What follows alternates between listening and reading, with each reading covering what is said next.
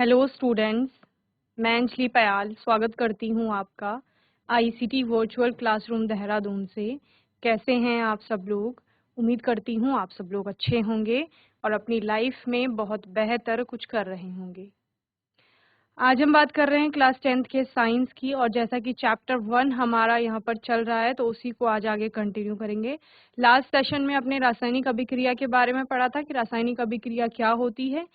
आज के सेशन में आपने रासायनिक अभिक्रिया के लिए समीकरण किस प्रकार लिखे जाते हैं उनकी बात करनी है। ठीक है, तो हमने रासायनिक अभिक्रिया में उसके प्रकार भी देखे तो प्रकार हम बाद में समझेंगे। उससे पहले हम सीखेंगे कि रासायनिक समीकरण किस प्रकार लिखे जाते हैं किसी भी अभिक्रिया के। ओके, तो आइए चलते हैं स्मार्ट बोर्ड की ओर।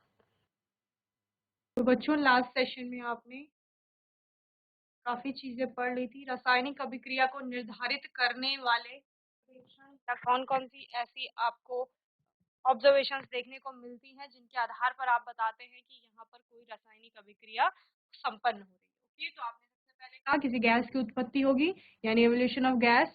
सेकंड था आपका तापमान में परिवर्तन, यानी अगर किसी भी प्रकार से तापमान चेंज हो रहा है, बदल रहा है, तो यानी वहां पर रासायनिक अभिक्रिया हो रही है। इसके अलावा फॉर्मेशन ऑफ अ प्रेसिपिटेट, अगर कहीं पर अवक्षेप बनता है तो वहां पर भी रासायनिक अभिक्रिया हो रही होगी, ऐसा हम पढ़ रहे हैं। ठीक है, साथ ही चेंज इन कलर, अगर केमिकल्स आपस में रिएक्ट करके रंग परिवर्तन दिखा रहे हैं तो यानी वहां पर रासायनिक अभिक्रिया हो रही है। ओके, इसके अलावा चेंज इन स्टेट, अगर अवस्था में किसी प्रकार का परिवर्तन आ रहा है तो इसका भी तात्पर्य क्या है कि वहां पर कोई रासायनिक अभिक्रिया हो रही है।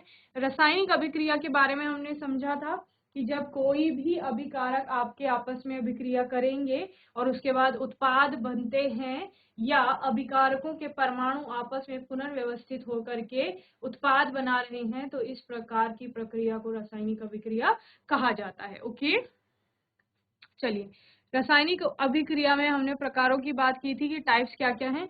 तो कॉम्बिनेशन था, डिकम्पोजिशन, सिंगल डिस्प्लेसमेंट और सिर्फ डिस्प्लेसमेंट भी इसे कहा जाता है। इसके अलावा double displacement, redox, endothermic, exothermic, precipitation, neutralisation, तो ये सारे आपके टाइप्स ऑफ रिएक्शंस हैं, यानी अब केमिकल रिएक्शन रासायनिक अभिक्रिया के प्रकार हैं। इनमें आपका रिडक्शन और ऑक्सीडेशन भी आता है जो हम आगे सीखेंगे। ठीक है, तो संयोजन, अपघटन या वियोजन उसे कहते हैं, एकल विस्थापन, द्विविस्थापन, रेडॉक्स, एंडोथर्मिक, एक्सोथर्मिक, अवक्षेपण, उदासीनीकरण, के अलावा ऑक्सीकरण और अपचयन की अभिक्रियाएं भी हम यहाँ पर पढ़ेंगे। ओके, आज के सेशन में बात करनी है कि किस प्रकार से रासायनिक समीकरण आप लिखेंगे, इक्वेशन लिखेंगे आप रासायनिक अभिक्रियाओं के लिए। ठीक है, तो सबसे पहले समझ लेते हैं कि किस प्रकार से आप रासायनिक अभिक्रियाएं लिख सकते हैं। मैं यहाँ पर एक स्टेटमेंट लिख रही हूँ, फिर मैं आपको समझाऊंगी कि किस प्रकार से आपका उस स्टेटमेंट के लिए आप रासायनिक समीकरण लिखेंगे। ओके, चलिए।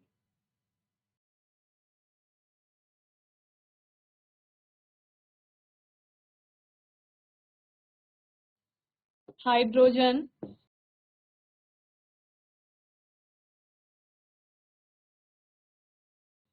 ऑक्सीजन से जुड़ करके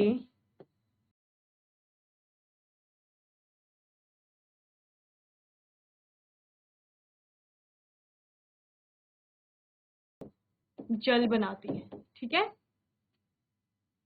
या आप इस स्टेटमेंट को कैसे लिखते हैं, जब हाइड्रोजन की और ऑक्सीजन की अभिक्रिया होती है तो जल बनता है। ठीक है, इस प्रकार से भी लिख सकते हैं।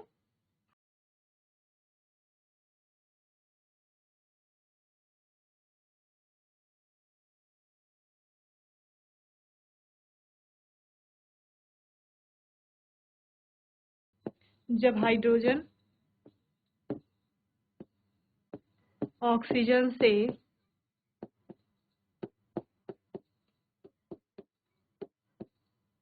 अभिक्रिया करता है तो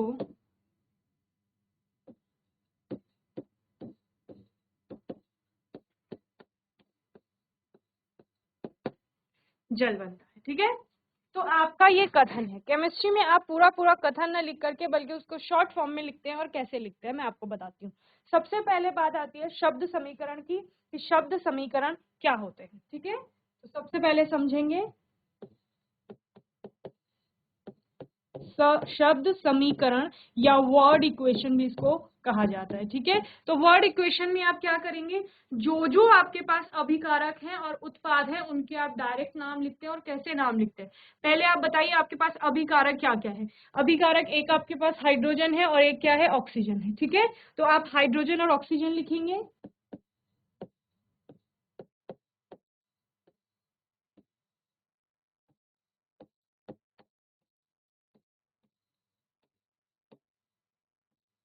ये आपने हाइड्रोजन और ऑक्सीजन लिखा है।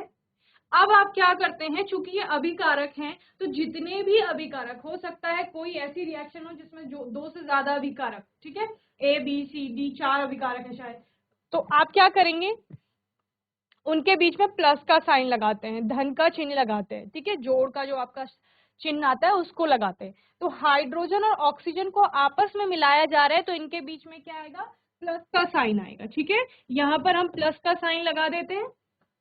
उसके बाद ये अभिक्रिया करेंगे, और अभिक्रिया के लिए हम क्या देते हैं, एरो का साइन देते हैं, यानी कि एक तीर का निशान बनाते हैं। ठीक है, ये दोनों आपस में मिल रहे हैं, क्या है, दोनों अभिकारक हैं।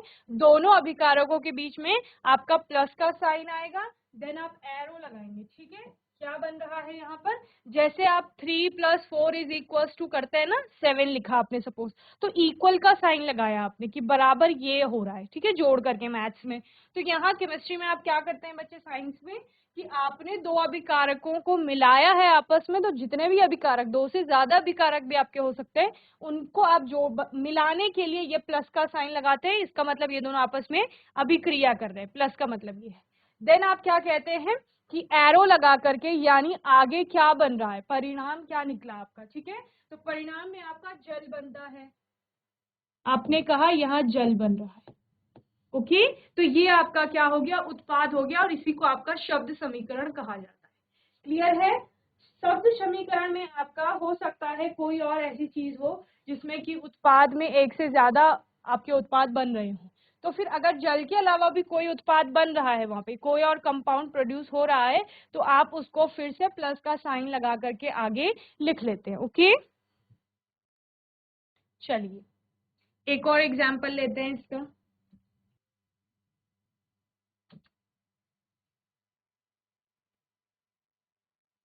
लिखिए, दानेदार जस्ते पर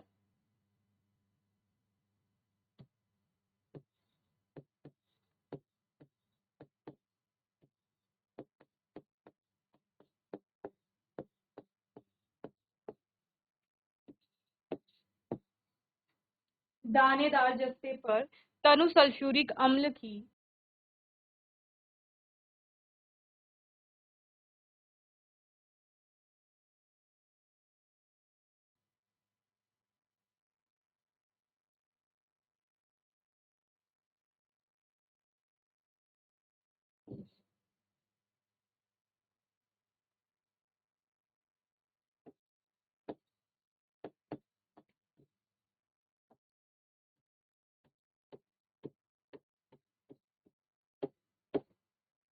तनु सल्फ्यूरिक अम्ल की अभिक्रिया से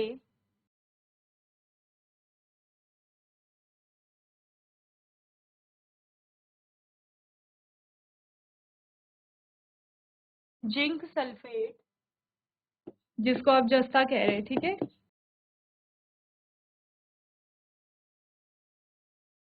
जस्ते को ही क्या कहते हैं, जिंक भी कहते हैं। ठीक है ना,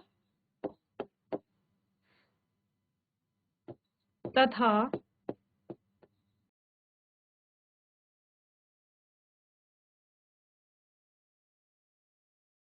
हाइड्रोजन गैस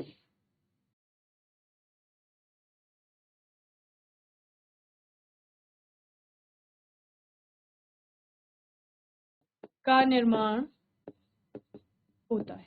क्लियर, तो यह आपको पूरा एलोबरेट करके दिया हुआ, एक्सप्लेन कर रहे हैं कि जिंक की अभिक्रिया आपकी सल्फ्यूरिक अम्ल से हो रही है, तो आपको क्या क्या मिल रहा है? एक तो जिंक का सल्फेट मिल रहा है और दूसरा वहां पर हाइड्रोजन गैस बन रही है। ठीक है, हमने बच्चे इसके लिए क्या लिखना है? हमने इसके लिए शब्द समीकरण देनी है।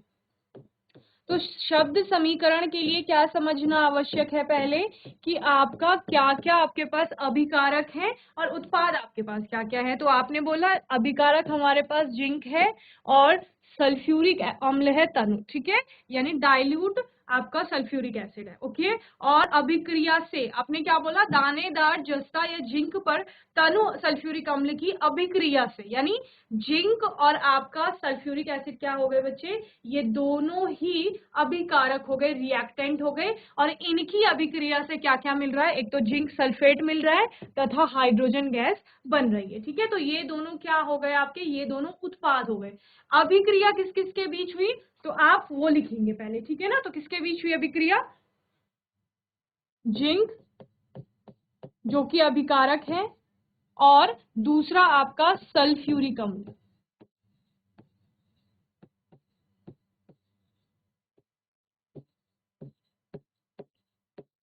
ओके, और इन दोनों को किससे? प्लस के साइन से अलग करेंगे। ओके, यानी कि ये दोनों आपस में जुड़ रहे हैं या फिर अभिक्रिया कर रहे हैं। फिर यहाँ पर क्या लगेगा? एरो का साइन आएगा। ओके, देन आप फिर क्या लिखेंगे? जो आपके उत्पाद है, तो उत्पाद में आपको क्या क्या मिला? जिंक सल्फेट,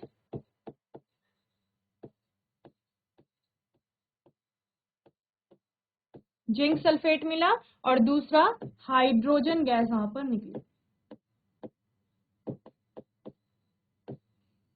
ओके, तो हमने यहाँ पर उत्पादों को भी, जितने आपके उत्पाद बनेंगे उनको भी आप प्लस के साइन से, क्योंकि अलग अलग कंपाउंड है आपके, अलग अलग आपकी वहां पर प्रोडक्ट बन रहे हैं, तो आप प्लस के साइन से उनको भी अलग कर देंगे। तो इस प्रकार से आप शब्द समीकरण लिखेंगे जो भी आपकी कहीं पर रासायनिक अभिक्रिया हो रही होगी उसके लिए। ओके, क्लियर है? इतना समझ आ गया होगा आपको। तो पहले हमने यहाँ पर शब्द समीकरण किसके लिए लिखा? हाइड्रोजन और ऑक्सीजन जब आपस में जुड़ करके वाटर बना रहे हैं, यानी कि जल बना रहे हैं, उसके लिए हमने एक शब्द समीकरण लिखा, हाइड्रोजन प्लस ऑक्सीजन गिव्स जल, यानी वाटर दे रहे हैं आपको। ओके, जिंक पर तनु सल्फ्यूरिक एसिड की या अम्ल की अभिक्रिया होती है तो जिंक सल्फेट और हाइड्रोजन गैस का निर्माण होता है। Zinc plus sulphuric acid gives zinc sulphate and hydrogen gas. Okay, तो ये आपकी शब्द समीकरण हो गई। चलिए, chemical reactions and equation first. Word equation, यानी जिसको हम क्या कह रहे हैं? शब्द समीकरण कह रहे हैं। अ word equation is a chemical reaction expressed in words rather than chemical formulas. Okay, जब आप किसी भी रासायनिक अभिक्रिया को शब्दों में, आपने क्या किया था इससे पहले? शब्दों में आपने एक्सप्लेन किया ना, ये आपके वर्ड्स थे, ये वर्ड्स हैं आपके जिनमें आपने उनको एक्सप्लेन किया। जिंक सल्फ्यूरिक एसिड को प्लस किया, फिर आपने एरो करके जिंक सल्फेट और हाइड्रोजन गैस। तो सिर्फ इतना भी आपको दिया जाता है तो आप समझ जाएंगे कि अभिकारक क्या है?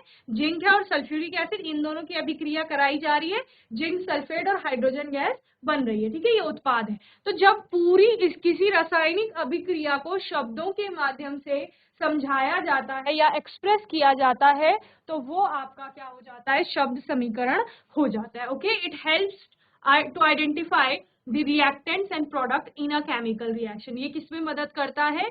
ये हमें पहचानने में मदद करता है। आपने कहा कि जो लेफ्ट साइड में लिखे गए हैं एरो के, वो सारे रिएक्टेंट हैं यानी कि अभिकारक है, और एरो के राइट साइड में जो है वो प्रोडक्ट है यानी कि उत्पाद है। Okay, a chemical reaction is described using a word equation which is a short hand manner of expressing it. Okay, तो किसी भी रासायनिक अभिक्रिया को छोटे में या फिर आप क्या कहेंगे, सूक्ष्म रूप में समझाने के लिए किसका प्रयोग किया जाता है? शब्द समीकरण का प्रयोग किया जाता है। The names of the reactants are shown on the left side of a word equation. If there are more than one reactant, the names of the reactant are separated by a plus sign. हमने क्या किया? जितने भी आपके पास अभिकारक थे उनको बाईं साइड में लिखा समीकरण में, और एक से ज्यादा अगर आपके अभिकारक आ रहे हैं तो उनको प्लस के साइन से अलग अलग किया। ठीक है, then products are shown on the right side of a word equation. जितने भी आपके उत्पाद हैं, प्रोडक्ट हैं, वो दाहिनी ओर लिखे गए हैं एरो के। If there are more than one product the names of the products are separated by a plus sign. अगर यहाँ पर एक से ज्यादा आपके उत्पाद बन रहे हैं अभिक्रिया में तो उनको आप पहले तो दाईं साइड में लिखेंगे उत्पाद को, फिर अगर एक से ज्यादा उत्पाद आपके बन रहे हैं तो उनको आप प्लस के साइन से सेपरेट करते हो या पृथक करते हो। ओके, तो ये आपका इतना आपने यहाँ पर देख लिया। हमने क्या कहा, रिएक्टेंट्स को यानी अभिकारकों को बाई तरफ लिखेंगे, तो जिंक और सल्फ्यूरिक अम्ल आपका अभिकारक है, उनको हमने बाई साइड में लिखा है। दाहिनी साइड पर आपने उत्पादों को लिखा है जो कि आपका जिंक, सल्फेट और हाइड्रोजन है। इसके अलावा एक से ज्यादा अगर आपके अभिकारक हैं तो प्लस के साइन से पृथक करेंगे। तो एक से ज्यादा ही हमारे पास अभिकारक थे, जिंक और सल्फ्यूरिक अम्ल दो अभिकारक है हमारे पास, तो दोनों को हम प्लस के साइन से पृथक कर रहे हैं। वहीं पर उत्पाद भी अगर आपके पास एक से अधिक हैं तो उनको भी आप प्लस के साइन से सेपरेट करेंगे यानी कि अलग करेंगे। तो जिंक, सल्फेट और हाइड्रोजन को हमने यहाँ पर प्लस के साइन से पृथक कर दिया है। अगर आपका तीसरा कोई उत्पाद भी बन रहा होगा तो आप उसको फिर से एक और प्लस ऐड करके पृथक करेंगे। इसी प्रकार से अगर रिएक्टेंट में भी आपका दो से तीसरा अगर कोई रिएक्टेंट यूज हो रहा है तो वहां पर भी आप एक और फिर प्लस का साइन लगाएंगे और फिर उसको एक्सप्रेस करेंगे। ओके, तो इतना हो गया। यहाँ पर एग्जाम्पल दिया गया है sodium plus chlorine give sodium chloride. Okay, तो सोडियम रिएक्ट्स विद क्लोरीन, इस अभिक्रिया का मतलब क्या है, the above equation means sodium reacts with chlorine, यानी सोडियम क्लोरीन से अभिक्रिया कर रहा है टू फॉर्म, क्या बनाने के लिए, सोडियम क्लोराइड बनाने के लिए। क्लियर है, तो इतना आपको अच्छे से समझ में आ गया होगा। रासायनिक अभिक्रियाएं और समीकरण, शब्द समीकरण को समझ रहे थे। एक शब्द समीकरण एक रासायनिक प्रतिक्रिया या अभिक्रिया है जिसे रासायनिक सूत्रों के बजाय शब्दों में व्यक्त किया जाता है। यह रासायनिक अभिक्रिया में अभिकारकों और उत्पादों की पहचान करने में मदद करता है। एक शब्द समीकरण का उपयोग करके एक रासायनिक प्रतिक्रिया का वर्णन किया जाता है जो इसे व्यक्त करने का एक संक्षिप्त तरीका है। अभिकारकों के नाम एक शब्द समीकरण के बाईं ओर दिखाए जाते हैं। यदि एक से अधिक अभिकारक है तो अभिकारकों के नाम एक धन चिन्ह द्वारा अलग किए जाते हैं। उत्पादों को शब्द समीकरण के दाईं ओर दिखाया गया है या लिखा जाता है। यदि एक से अधिक उत्पाद हैं तो उत्पादों के नाम धन चिन्ह द्वारा अलग किए जाते हैं। उदाहरण के लिए आपके पास है सोडियम में क्लोरीन की अभिक्रिया कराई जा रही है, सोडियम धन क्लोरीन आपको क्या दे रहा है, सोडियम क्लोराइड दे रहा है। उपरोक्त समीकरण का अर्थ है सोडियम क्लोरीन के साथ प्रतिक्रिया या अभिक्रिया करके सोडियम क्लोराइड बनाता है। क्लियर है, चलिए इतना मैंने आपको अच्छे से समझा दिया, एक एक करके नोट करेंगे। ओके, पहले आप जो शब्द समीकरण के लिए हमने एक दो एग्जाम्पल लिए थे वो नोट करेंगे। मैंने आपको क्या बताया, हाइड्रोजन ऑक्सीजन से जुड़ करके जल बनाती है, या जब हाइड्रोजन ऑक्सीजन से अभिक्रिया करता है तो जल बनता है। इसके लिए शब्द समीकरण आप किस प्रकार लिखेंगे, जो आपके अभिकारक हैं वो बाईं ओर आएंगे और जो आपके उत्पाद बनेंगे वो दाईं ओर आएंगे। अगर एक से ज्यादा आपके अभिकारक हैं तो उनको आप धन चिन्ह द्वारा पृथक करते हैं। उसी प्रकार एक से ज्यादा उत्पाद हैं तो उनको भी आप धन चिन्ह के द्वारा अलग करते हैं। क्योंकि यहाँ पर आपके पास कितने, दो ही अभिकारक है, तो हाइड्रोजन और ऑक्सीजन अभिकारक है और इनको हम प्लस के साइन से सेपरेट कर रहे हैं। फिर हम एरो, जिस प्रकार आप क्या करते हो मैथ्स में करते हो, 2 + 2 = 4, तो इक्वल का साइन लगाते हो आप, यानी बराबर का चिन्ह लगाते हैं कि इसके बराबर ये है। उसी प्रकार हाइड्रोजन ऑक्सीजन में जुड़ रहा है और क्या दे रहा है, आप एरो से बताएंगे कि जल दे रहा है, तो जल आपका उत्पाद है, एक ही उत्पाद बन रहा है। क्लियर, ये नोट कर लिया। नेक्स्ट हमारा दानेदार जस्ता या जिंक जो होता है उस पर तनु सल्फ्यूरिक अम्ल की अभिक्रिया से जिंक सल्फेट तथा हाइड्रोजन गैस का निर्माण होता है। इसके लिए शब्द समीकरण किस प्रकार लिखेंगे, तो आपने कहा मैम हमारे पास दो अभिकारक है, एक जिंक और दूसरा सल्फ्यूरिक अम्ल, यानी कि ये दोनों आपस में अभिक्रिया कर रहे हैं और क्या बना रहे हैं, उत्पाद के रूप में जिंक सल्फेट बन रहा है और हाइड्रोजन गैस बन रही है। क्लियर, तो आपने अभिकारक आएंगे बाईं ओर लेफ्ट साइड में, तो आपने लिखा जिंक और सल्फ्यूरिक एसिड और पृथक किससे कर लिया उनको, धन चिन्ह से, यानी कि प्लस के साइन से। ओके, देन आप एरो लगाते हैं और क्या बनता है उत्पाद में, जिंक सल्फेट और हाइड्रोजन गैस बनती है। और क्योंकि दो उत्पाद यहाँ पर बन रहे हैं तो दोनों को आप प्लस के साइन से पृथक कर लेते हैं। क्लियर है, चलिए जल्दी से इसको नोट करेंगे यहाँ पर, फिर हम आगे चलेंगे। एक शब्द समीकरण एक रासायनिक प्रतिक्रिया या अभिक्रिया है जिसे रासायनिक सूत्रों के बजाय शब्दों में व्यक्त किया जाता है। ठीक है, इसके अलावा अभिकारकों के नाम एक शब्द समीकरण के बाईं ओर दिखाए जाते हैं। यदि एक से अधिक अभिकारक है तो अभिकारकों के नाम एक धन चिन्ह द्वारा अलग किए जाते हैं और उत्पादों को शब्द समीकरण के दाईं ओर दिखाया गया है। यदि एक से अधिक उत्पाद हैं तो उत्पादों के नाम धन चिन्ह द्वारा अलग किए जाते हैं और उदाहरण भी लिख लेंगे। ठीक है, चलिए हो गया नोट। एक एग्जाम्पल भी लिख लेंगे बच्चों, ये वाला एग्जाम्पल लिख लीजिए। चलिए नोट कर लिया, हाथ उठाइए, नोट कर लिया है तो ओके गुड, वेरी गुड बच्चों। चलिए तो मोटा मोटा समझ लीजिए रासायनिक अभिक्रिया के लिए शब्द समीकरण क्या है कि मैम जो नाम दिए गए हैं किसी भी यौगिक के, तत्व के या परमाणु के जो अभिक्रिया कर रहे हैं उनके हमने बस नाम लिखने हैं। हमें इतना ज्ञात होना चाहिए कि अभिकारक क्या है और उत्पाद क्या है। ठीक है, बस अगर अभिकारक एक से ज्यादा है तो प्लस के साइन से आप दिखा देंगे, और उत्पाद अगर आपके एक से ज्यादा बन रहे हैं, उत्पाद क्या है जो बन रहा है अभिक्रिया में। आपने कहा हमने हाइड्रोजन और ऑक्सीजन को मिला दिया और बना क्या, बना आपका वाटर, जल बन गया। तो हाइड्रोजन और ऑक्सीजन जो आपने पहले लिए थे दो एलिमेंट्स, वो आपके क्या थे, अभिकारक थे, यानी कि रिएक्टेंट्स जिनको कहा जाता है। और उसके बाद आपका जल बन गया तो वो क्या है आपका, वो उत्पाद हो जाएगा। इसी प्रकार जिस प्रकार आपने कहा सोडियम और क्लोरीन की अभिक्रिया कराई गई तो सोडियम और क्लोरीन आपके अभिकारक हैं और बनने वाला जो आपका कंपाउंड है वो सोडियम क्लोराइड है जो कि आपका उत्पाद होगा। ठीक है, तो बस इतना आपको ध्यान रखना है। अब इस शब्द समीकरण के लिए 9th क्लास में हमने क्या पढ़ा, जितने भी आपके एलिमेंट्स हैं उनके लिए आपने सिंबल्स पढ़े थे। हाइड्रोजन के लिए H, ऑक्सीजन के लिए O, कार्बन के लिए C, नाइट्रोजन के लिए N, सोडियम के लिए Na, पोटेशियम के लिए K। तो ये सारे सिंबल अब आप यहाँ पर यूज करेंगे। जितने आपने वहां पर केमिकल फॉर्मूलेस पढ़े थे वो आप यहाँ पर उपयोग में लाएंगे। किस लिए, क्योंकि इस शब्द समीकरण को आपने अभी और शॉर्ट फॉर्म में समझना है और वो आपकी समीकरण होगी जिसको आप रासायनिक सूत्रों के माध्यम से व्यक्त करेंगे। क्लियर है?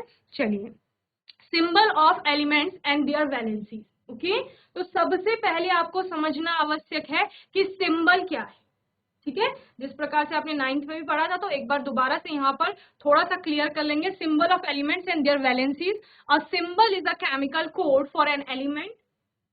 सिंबल क्या है, प्रतीक क्या है, एक रासायनिक कोड होता है किसी भी तत्व के लिए। जैसे आपने कहा हाइड्रोजन के लिए H है, ऑक्सीजन के लिए O है, नाइट्रोजन के लिए N है, आयन के लिए Fe है। तो ये सारे आपके रासायनिक कोड हैं किसी भी तत्व के प्रतीक को बताने के लिए। Each element has 1 or 2 letter atomic symbol which is the abbreviated form of its name. ठीक है, प्रत्येक जो आपका तत्व है, आपने बहुत सारे तत्वों के बारे में पढ़ लिया है, प्रत्येक जो तत्व हैं आपके, उन तत्वों से आप या तो उसका पहला अक्षर ले रहे हो, पहला लेटर ले रहे हो, या एक से अधिक लेटर भी हो जाते हैं। समझ रहे हैं ना? आपने कहा मैम हम हाइड्रोजन लिख रहे हैं तो हाइड्रोजन का हमने प्रतीक के रूप में क्या ले लिया, H ले लिया। ठीक है, ऑक्सीजन का हमने क्या ले लिया, O ले लिया, तो एक ही अक्षर लिया।